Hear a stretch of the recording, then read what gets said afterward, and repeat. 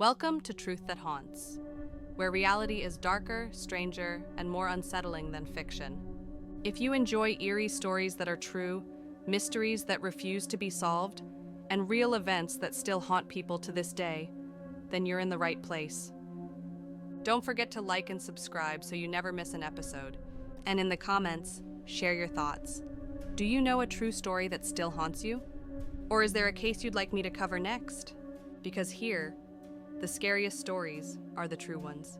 The ocean has always carried an aura of mystery. Beneath its surface, secrets lie buried, hidden by tides, swallowed by endless depths. But sometimes it's not the ocean that keeps the secret, it's the people above it. On March 24th, 1998, a 23-year-old woman named Amy Lynn Bradley vanished from the Rhapsody of the Seas, a Royal Caribbean cruise ship filled with more than 2,000 people. Her disappearance didn't happen on a remote hiking trail, in the middle of a vast desert, or inside a darkened alley. It happened in plain sight, on a luxury cruise liner, surrounded by family, crew, and fellow passengers. And yet, more than 2 decades later, no one knows what happened to her. Amy's story remains one of the most chilling, haunting disappearances of modern times. Not only because of the bizarre circumstances surrounding it, but because of what came after. The alleged sightings, the photograph, the whispers of human trafficking, threads of truth woven together in ways that still unsettle investigators, haunt her family, and captivate the public. This is the story of Amy Lynn Bradley. To understand the weight of this mystery, we first need to understand the person at its center. Amy Lynn Bradley was born on May 12, 1974, in Petersburg, Virginia. She grew up in a close-knit family with her parents, Ron and Iva Bradley, and her younger brother, Brad. The Bradleys weren't wealthy or glamorous. They were a hard-working, all-American family rooted in Virginia values of loyalty, connection, and resilience. Amy was remembered as vibrant, athletic, and fiercely independent. Friends and family described her as someone who lived life with intensity. She wasn't the type to shrink back from challenges. She played sports, loved swimming, and was deeply comfortable in the water. In fact, she was a certified lifeguard, which would later cast doubt on theories that she had accidentally fallen overboard. After high school, Amy attended Longwood University, where she studied physical education. She thrived socially, but she also carried a sharp edge of independence, a desire to carve her own path. Her friends described her as witty, sharp, and never afraid to speak her mind. She was also artistic, known for her love of music and dancing, something that would play a tragic role in the final hours before she vanished. In early 1998, Amy had just graduated college. She was preparing to start a new job at a local firm, and her future seemed wide open. It was during this transitional moment in her life, between college and career, between freedom and responsibility, that her family invited her on a cruise. The trip was meant to be a celebratory vacation. The Bradleys wanted one last family getaway before Amy fully embarked on her adult life. Their choice was the Rhapsody of the Seas, a Royal Caribbean cruise ship embarking on a trip through the Caribbean islands. For many, this sounded like paradise, but Amy wasn't entirely enthusiastic about the idea. She wasn't fond of boats, and she was nervous about being out at sea. Still, she agreed to go, partly for her parents, partly for her younger brother Brad, who was close to her in age. The ship itself was a floating city.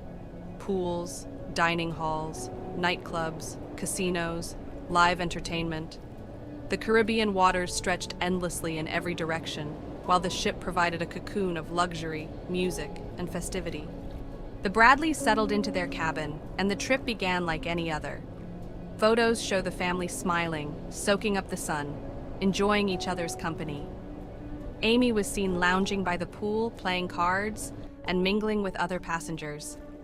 But underneath the surface of this cheerful vacation, small cracks in the story began to form, cracks that would grow wider after Amy's disappearance. On the evening of March 23, 1998, the Bradleys went out together to enjoy the nightlife aboard the ship. Like most cruises, the Rhapsody of the Seas offered a wide range of entertainment. That night, the family ended up in one of the ship's clubs, where a band called Blue Orchid was playing. Amy loved music, and she especially loved to dance. She joined other passengers on the floor, moving easily, enjoying the rhythm. Brad, her younger brother, danced with her for a while too. At one point, members of the Blue Orchid band joined her. Photographs and testimonies later confirmed that Amy spent a good portion of the night dancing with the band's bass player, a man named Alistair "Yellow" Douglas. Brad, tired, eventually decided to leave the club and head back to the cabin. He left Amy behind, assuming she'd return shortly. That was the last time he ever saw her. At around 5:15 a.m., Amy's father Ron woke up and noticed Amy sitting on the balcony outside their cabin. She was smoking a cigarette, staring quietly at the horizon. Nothing seemed unusual. She looked calm, reflective, maybe a little tired from the night before. Ron went back to sleep. When he awoke again at 6 a.m., Amy was gone. Her shoes, cigarettes, and lighter were still in the cabin, but Amy had vanished. What makes Amy's disappearance so unsettling is how little sense it makes. This wasn't a sprawling wilderness where she could have become lost. It wasn't a dangerous neighborhood where violence was common. It was a cruise ship, a sealed environment where every person on board was accounted for. And yet somehow, Amy Lynn Bradley disappeared. When her parents realized she wasn't in the cabin, panic set in. They immediately began searching the ship, asking other passengers, checking the pool deck, retracing her steps. But time was already slipping away.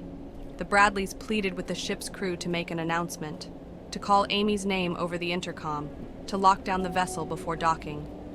But Royal Caribbean refused, claiming it would disturb the other passengers. This delay, in hindsight, may have cost them the only real chance at finding Amy. By the time the ship reached its next port of call in Curaçao, hundreds of passengers disembarked freely. If Amy had been taken against her will, she could have been removed from the ship before anyone realized. And just like that, the trail grew cold. From that moment on, Amy Bradley's story shifted from a joyful family vacation into a nightmare that has stretched across decades. Her disappearance wasn't just a tragedy. It was the beginning of a labyrinth of rumors, theories, alleged sightings, and painful questions that have never been fully answered. Her family, desperate for answers, would spend years searching for her, clinging to hope even as the case grew darker. But in those first 24 hours, before the world even knew Amy's name, the most critical window for solving her disappearance had already closed. The truth of what happened on that ship that morning remains elusive. But what makes this story endure is not just the mystery of where Amy went, it's the possibility that she may not have been gone at all, at least not at first. The morning of March 24th, 1998 began like any other at sea. Passengers stirred awake, staff prepared for docking, the Caribbean sun spilled across the waves. But for the Bradley family, the day began in horror. When Amy's father Ron woke at 6 a.m., the balcony was empty. Only an hour earlier, Amy had been there, smoking, gazing out at the horizon. Now her chair was vacant. Ron checked the bathroom, no sign of her. He checked the cabin. Her shoes, cigarettes, and lighter were still there. The items suggested she had no plans to leave. Panic quickly set in. Ron woke his wife, Iva, and son, Brad. They rushed through the hallways, checking lounges, restaurants, the pool deck. Each place was filled with sleepy-eyed passengers preparing for breakfast. But Amy was nowhere. The family's fear deepened when they asked the crew to page Amy on the intercom. The ship refused. Staff explained they didn't want to alarm other passengers. Instead, they suggested Amy would probably turn up. But Ron and Iva knew their daughter. Amy wasn't the type to simply wander off without a word. Something was wrong. The Bradleys pleaded with crew members, lock down the ship, announce Amy's name, check the gangways before docking. But their pleas were ignored. Royal Caribbean insisted the situation didn't warrant such action. By the time the ship docked in Curaçao, hundreds of passengers streamed off into the bustling port. If Amy had been abducted, she could have been taken off the ship right then, in plain sight. Ron Bradley later described this as the moment hope slipped through his hands. "They let everyone off the ship," he recalled bitterly. If Amy was taken, she was gone. Eventually, the ship did conduct a search, but it was too little, too late. Crew members claimed to check common areas, corridors, and the deck. But no official lockdown was ordered. The family wasn't satisfied. They began their own frantic search, running up and down stairwells, peering into rooms, asking passengers if they had seen Amy. The cruise line tried to reassure them. Perhaps she had fallen overboard. Perhaps she had gone ashore early. But none of this made sense. Amy's belongings were in the cabin. She was a strong swimmer, a trained lifeguard. Falling overboard seemed unlikely, and if she had gone ashore, she would have told her family. The Bradleys felt something darker had happened, something the ship didn't want to acknowledge. Over the years, Royal Caribbean has faced harsh criticism for how they handled Amy's disappearance. They refused to make an immediate announcement. They delayed a full search until the ship had already docked. They failed to preserve the scene in the Bradley cabin, and they downplayed the seriousness of the incident to authorities. Some theorized the company was more concerned about its reputation than the safety of a single passenger. Public panic on a cruise ship could harm business. A headline about a missing woman could be catastrophic. Whatever the reasoning, these decisions robbed Amy's family of precious time. In disappearances, the first 24 hours are crucial. For Amy, those hours were wasted. As news spread and investigations faltered, theories began to swirl. To this day, 3 dominant explanations remain. Some argue Amy accidentally fell overboard. It's the simplest theory, a tragic accident on the open sea. But problems emerge quickly. Amy was a lifeguard, strong and experienced in the water. Seas were calm that morning. No splash, no cries for help. No evidence of a fall were reported. Her belongings were left behind, suggesting she didn't intend to leave the cabin area. The drowning theory feels convenient, a neat explanation for cruise officials eager to avoid scandal. But for her family, it never fit. Others suggest Amy chose to vanish. Perhaps she slipped away intentionally, seeking freedom or even a new life. But again, doubts loom large. Amy had just graduated college. She had a new job waiting for her. She was close with her family.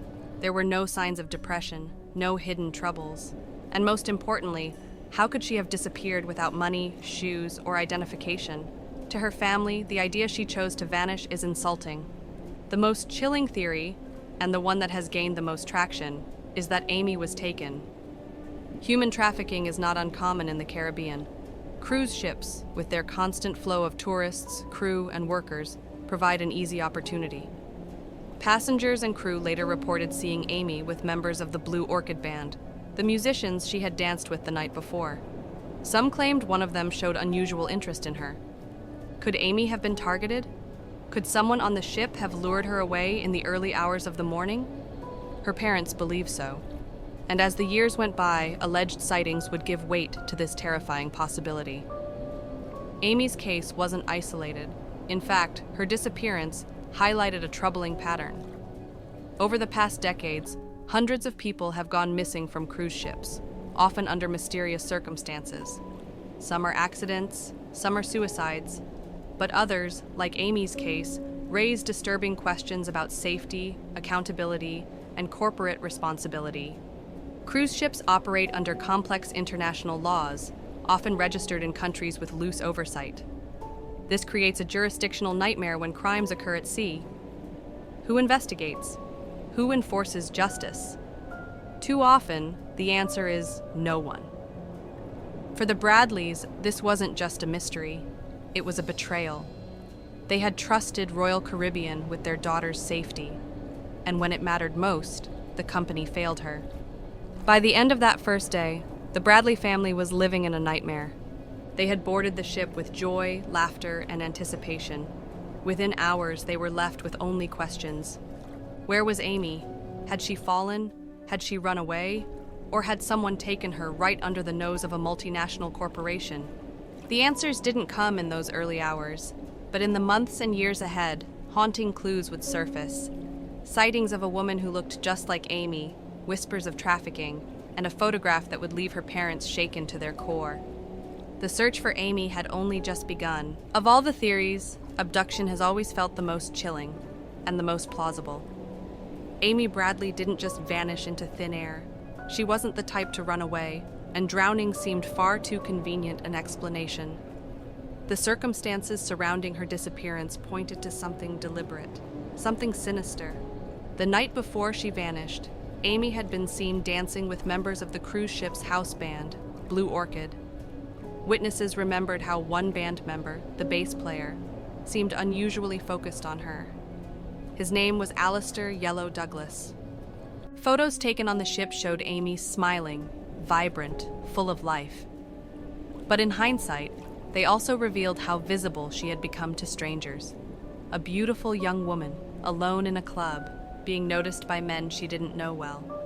Some believe Amy was targeted, that she was marked by traffickers or predators aboard the ship. Human trafficking in the Caribbean is not a myth. It is a documented reality. Cruise ships, with their transient populations and complex jurisdictions, provide fertile ground for criminals. Once docked, victims can be taken ashore quickly, disappearing into islands where law enforcement is limited. For Amy's parents, Ron and Iva, this theory always carried the most weight. Their daughter hadn't simply vanished, she had been taken. And in the years that followed, the alleged sightings would make this belief feel all the more real. Not long after Amy's disappearance, reports began to surface.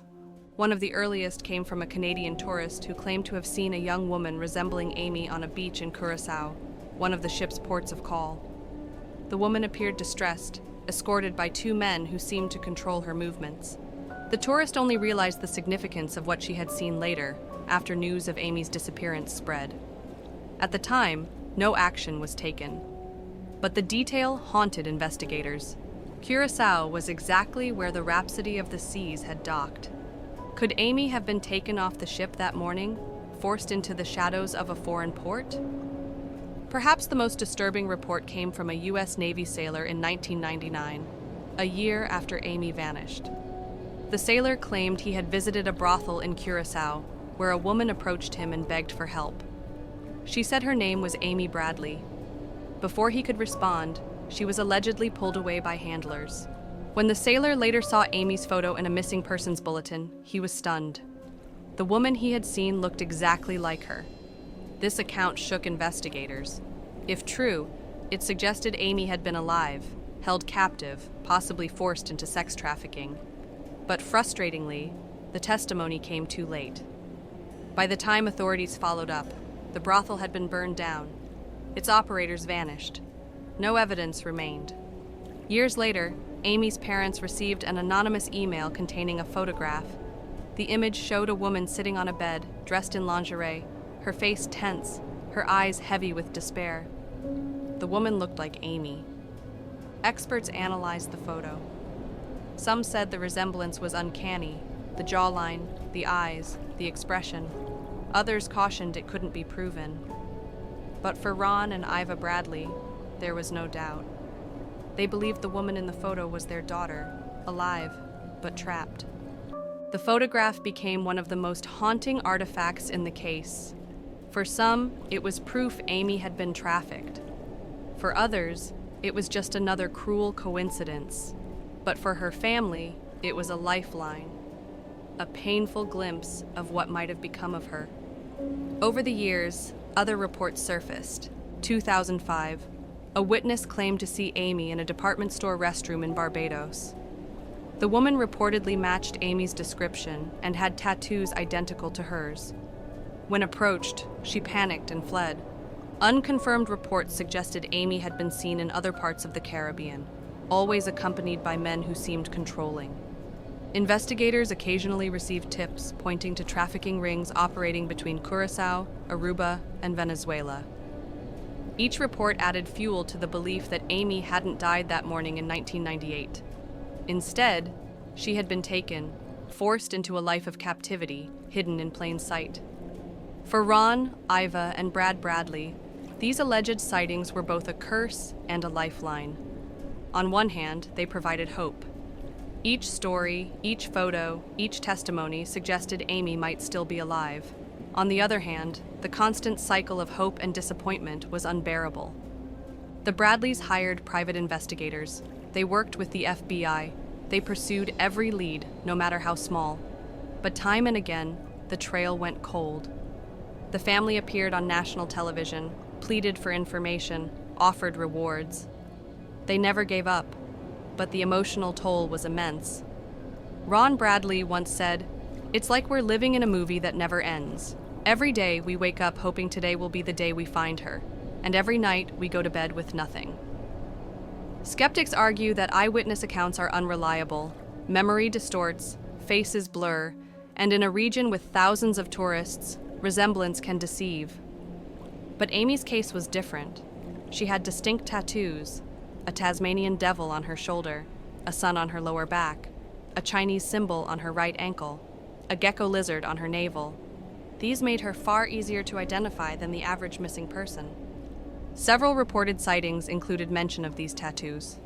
That detail is difficult to dismiss.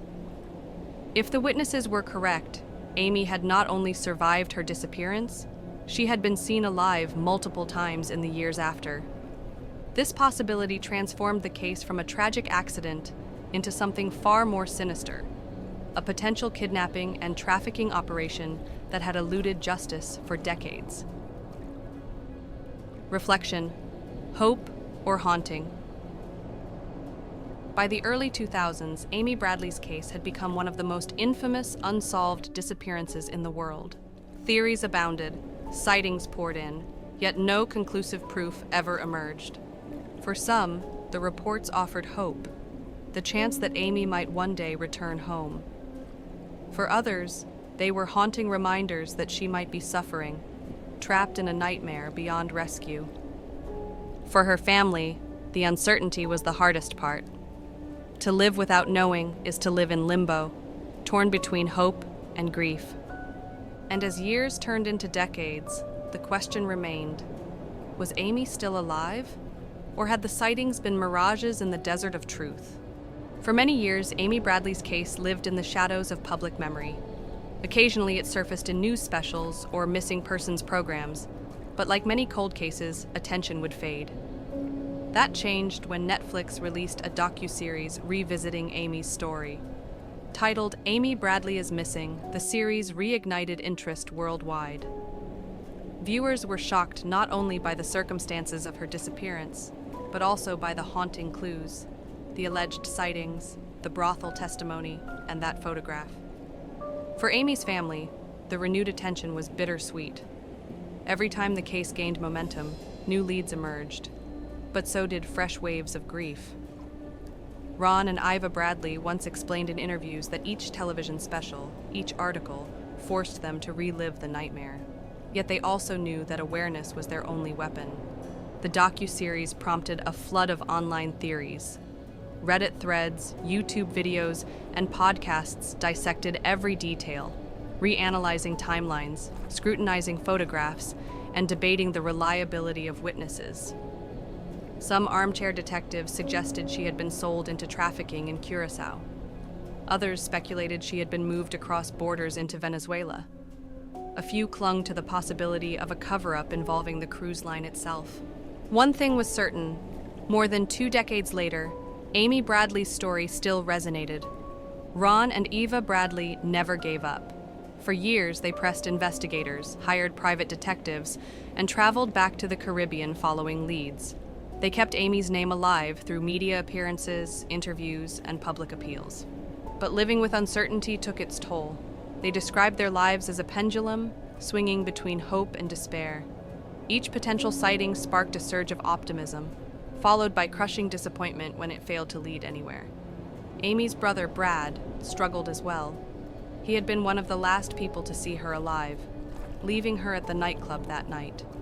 Survivor's guilt weighed heavily on him.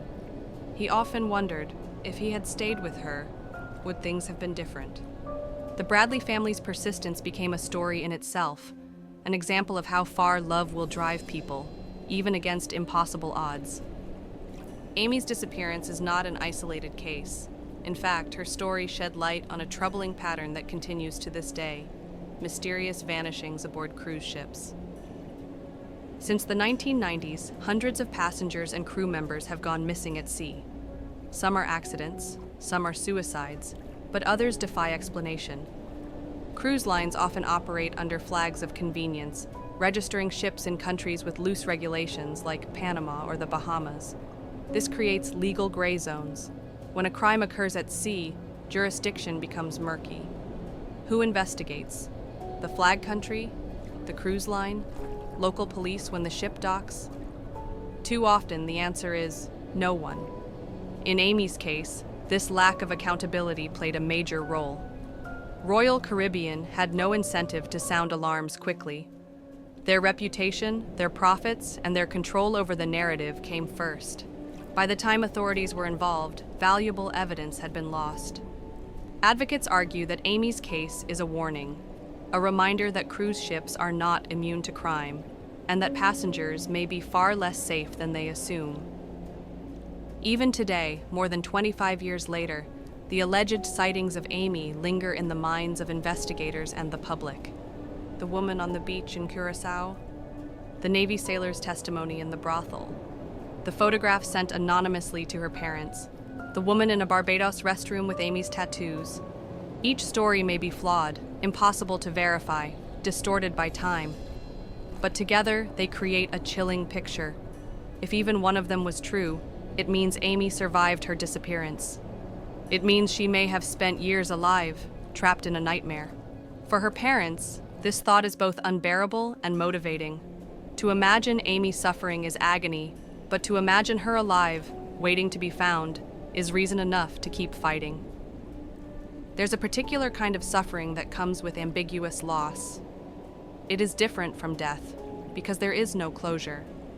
It is different from hope, because there is no proof. It is a state of limbo that stretches endlessly. Ron and Iva Bradley live in that limbo.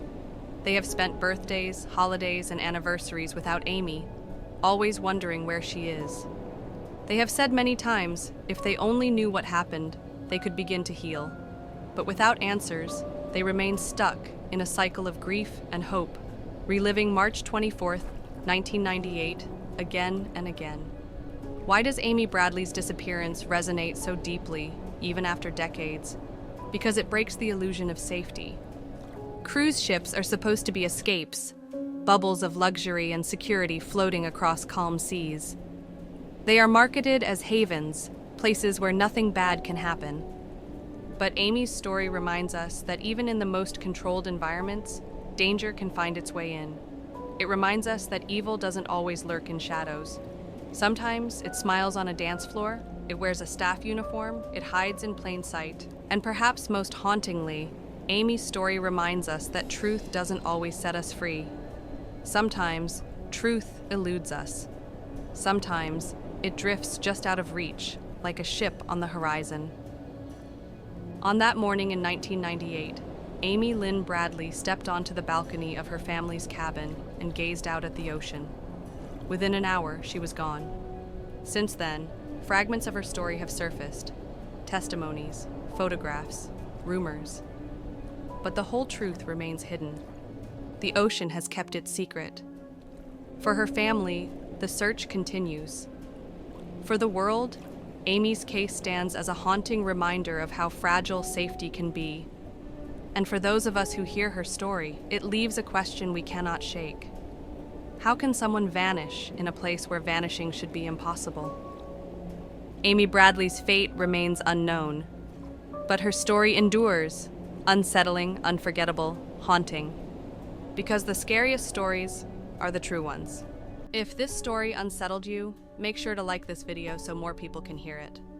Subscribe to Truth That Haunts for more eerie true stories every week, and in the comments tell me, what haunting truth should I cover next? Your suggestion might be the next mystery we uncover, here on Truth That Haunts.